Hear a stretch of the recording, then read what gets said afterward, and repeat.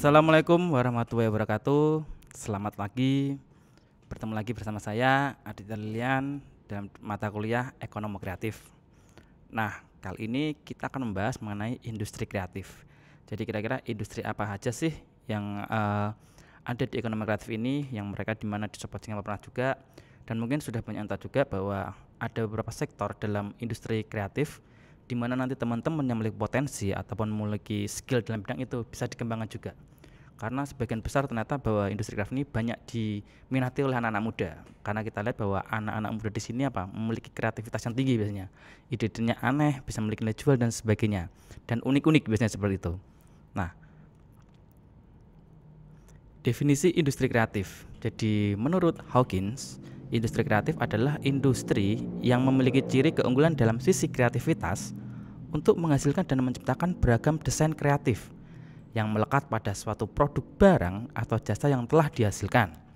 Menurut Departemen Perdagangan RI, industri kreatif adalah industri yang asalnya dari pemanfaatan keterampilan, kreativitas, beserta bakat yang dimiliki oleh individu dalam menciptakan kesejahteraan dan juga lapangan kerja.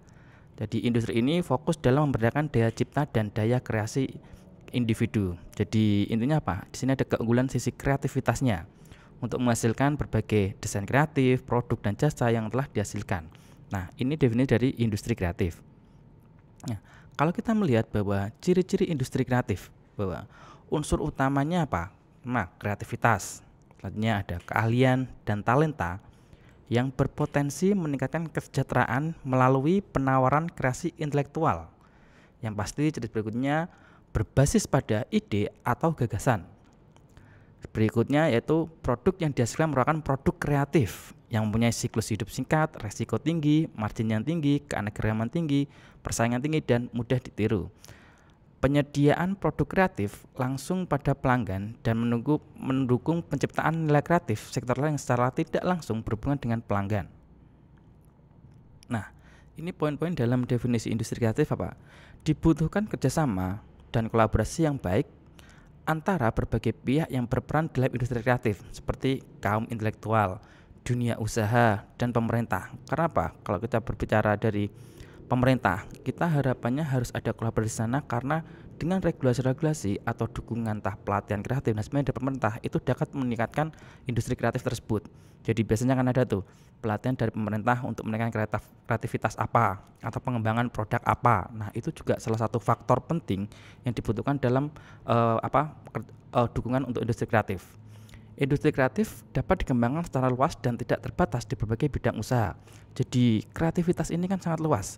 Ada usaha ini bisa dikreatifkan seperti ini, usaha ini bisa dikreatifkan lagi dengan seperti ini. Nah, jadi industri kreatif ini dapat dikembangkan secara luas.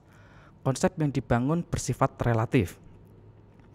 Nah, selanjutnya peran industri kreatif. Jadi industri kreatif memiliki peran dalam meningkatkan perekonomian Indonesia secara global. Ekonomi dunia memprediksi bahwa ke depan nanti ekonomi global akan semakin tergantung pada sektor industri kreatif. Ketergantungan masyarakat global pada teknologi informasi di dalam aktivitas sehari-hari sudah menyebabkan pertumbuhan eksponensial pada industri kreatif yang mencakup industri perangkat lunak seperti komputer, film, musik, publikasi, hiburan, dan fashion, juga industri kreatif lainnya.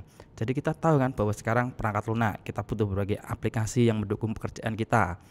Terus dari berbagai industri kreatif yang nantinya akan sangat kita tergantung pada industri tersebut karena kreativitas ini tak terbatas seperti tadi. Jadi bisa berkembang terus sesuai memenuhi kebutuhan target market kita nantinya.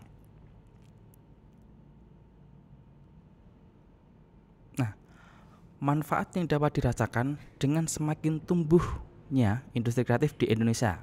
Jadi kita tahu bahwa ketika industri kreatif itu tumbuh akan ada beberapa manfaat untuk negara kita, yang pertama yaitu inovasi baru semakin berkembang dengan cepat. Karena apa? Di sana ada dukungan kreativitas dan sebagainya, akan ada muncul inovasi-inovasi baru di sana. Membuka dan menambah lapangan kerja, udah pasti. Karena apa? Ketika ada industri kreatif baru, di sana butuh karyawan, ada industri baru lagi, butuh karyawan lagi. Akhirnya apa? Bahwa industri kreatif ini membuka lapangan kerja. Yang nantinya lapangan kerja itu juga meningkatkan perekonomian masyarakat dan juga perekonomian negara di sana. nilai dan kualitas suatu produk semakin meningkat.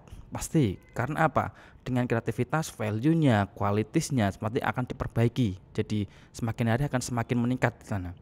Manusia akan dituntut semakin kreatif, ya karena apa? Kalau kita nggak kreatif, kita akan ketinggalan.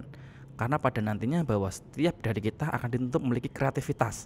Karena kreativitas itulah yang nanti akan masuk dalam industri kreatif ataupun dimanapun kalian berada, dimana itu nanti akan menjadikan kalian value diri tersendiri bahwa kalian memiliki kreativitas menjadi manusia yang kreatif di sana. Persaingan yang kompetitif. Yang kedua adalah pertumbuhan ekonomi. Tadi seperti dijelaskan bahwa semakin banyak lapangan kerja atau semakin banyak industri-industri yang lain itu akan menimbulkan pertumbuhan ekonomi di Indonesia. Nah, ini beberapa contoh industri-industri kreatif, ada aplikasi dan pengembangan permainan. Jadi meningkatnya penggunaan smartphone beberapa tahun terakhir ini memicu perkembangan aplikasi dan game berbasis smartphone.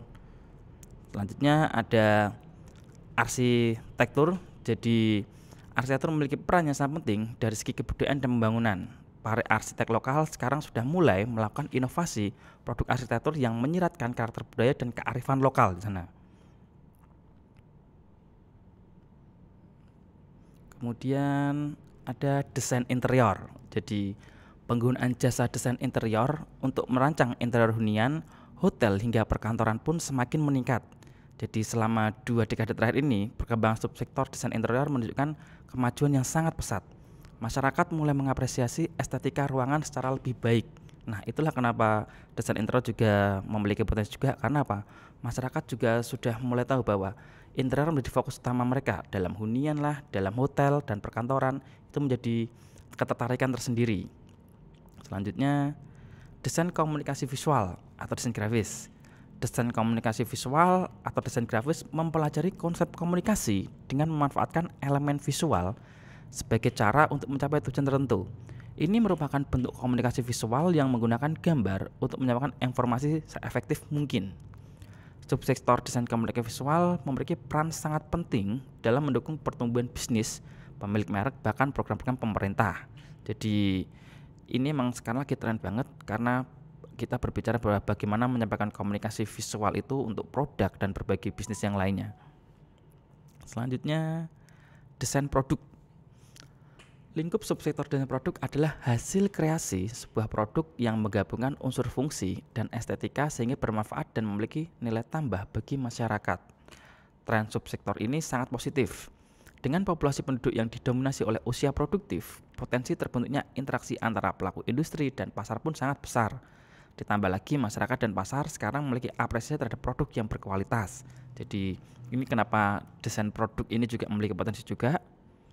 Nah, fashion. Kalau fashion kita udah tahu lah bahwa ini juga salah satu sektor yang memiliki presentasi yang tertinggi juga. Jadi tren fashion senantiasa berubah dengan cepat. Dalam hitungan bulan selalu muncul mode fashion baru. Ini tak lepas dari apa? Produktivitas para desainer fashion lokal yang inovatif merancang baju-baju model baru. Dan muncullah generasi muda kreatif yang antusias dengan industri fashion ini. Masyarakat sebagai pasar pun juga semakin cerdas dan berarti tidak memilih fashion. Jadi fashion memang kadang trennya cepat banget ya. 1 bulan udah ada tren baru, berikutnya beberapa bulan lagi ada tren baru.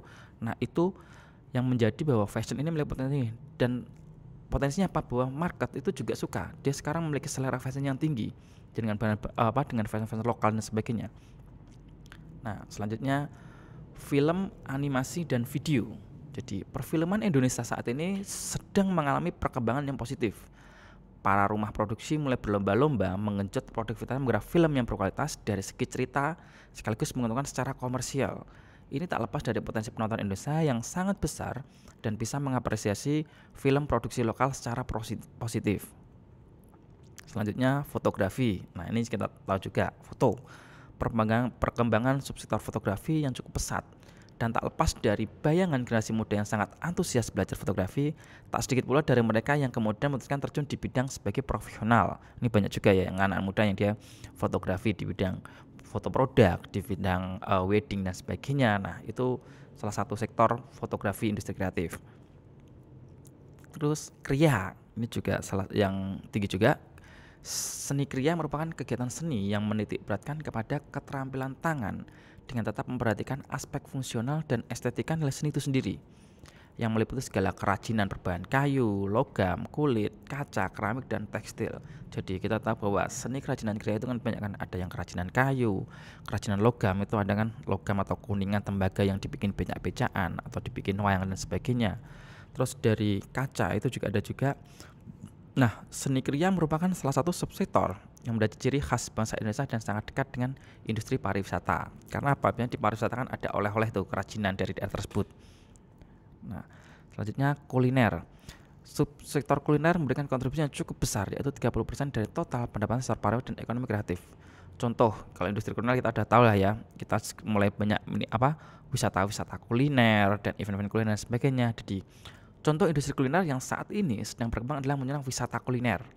Wisata kuliner ini merupakan perpaduan menikmati suatu makanan sambil berwisata dengan memanfaatkan waktu ke tempat-tempat yang menyediakan makanan khas daerah tertentu. Kita sering kan datang ke objek wisata atau wisata kuliner di mana kita datang ke suatu tempat bahwa ini loh makanan khasnya seperti ini. Makanan khasnya seperti ini. Nah, kita berwisata sambil berkuliner di sana. Itu juga menjadi tren saat ini.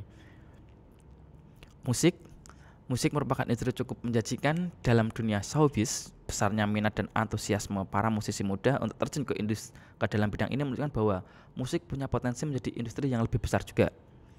Selanjutnya, penerbitan. Pasar industri penerbitan memang tidak sebesar subsektor yang lain, namun industri ini punya potensi yang tak kalah kuat. Karena apa? Banyak penerbit besar dan kecil yang masih bermunculan meramaikan industri ini.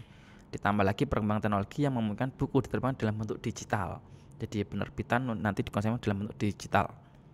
Selanjutnya, periklanan, subsektor ekonomi kreatif yang karyanya memiliki daya sebar tinggi juga. Karena apa? Dia menyebarkan berbagai iklannya di sini. Hal tak lepas dari peran sinergi para pemilik modal yang ingin membesarkan produk dan jasa mereka dengan media yang dimanfaatkan. Jadi pertumbuhan belanja iklan nasional bisa mencapai 5-7% setiap tahunnya. Jadi biasanya kalau emang untuk mengiklankan dengan jangkauan atau daya sebar tinggi menggunakan iklan gitu kan. Nah, ini seni pertunjukan. Banyak jumlah seni pertunjukan baik tradisi maupun kontemporer yang selama ini dikreasikan, dikembangkan dan dipromosikan telah mendapatkan apresiasi dari dunia internasional. Kita kaya akan seni pertunjukan. Ada wayang, ada teater, tari dan sebagainya. Apalagi kalau kita ngelihat di kota Surakarta ini, dia merupakan salah satu kota yang fokus pada seni pertunjukan. Kita banyak seni pertunjukan di kota Surakarta ini.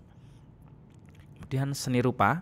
Di bidang seni rupa, Indonesia mempunyai potensi besar baik secara kualitas, kuantitas maupun pelaku kreatifnya. Selanjutnya adalah televisi dan radio. Meskipun arus informasi digital kian masif, keberadaan televisi dan radio saat ini masih menunjukkan eksistensinya. Hampir semua masyarakat bisa mengakses teknologi ini. Dan program subsektor ini perlu didukung dengan adanya program-program acara yang berkualitas, pembentukan SDM berkualitas dan segala hal yang berkaitan dengan kreativitas dalam subsektor ini. Nah, ini beberapa industri kreatif yang nantinya teman-teman bisa, aku memiliki potensi di sini nih, aku tertarik dengan industri ini, bisa kalian dipelajari nanti masuk dalam industri kreatif yang mana.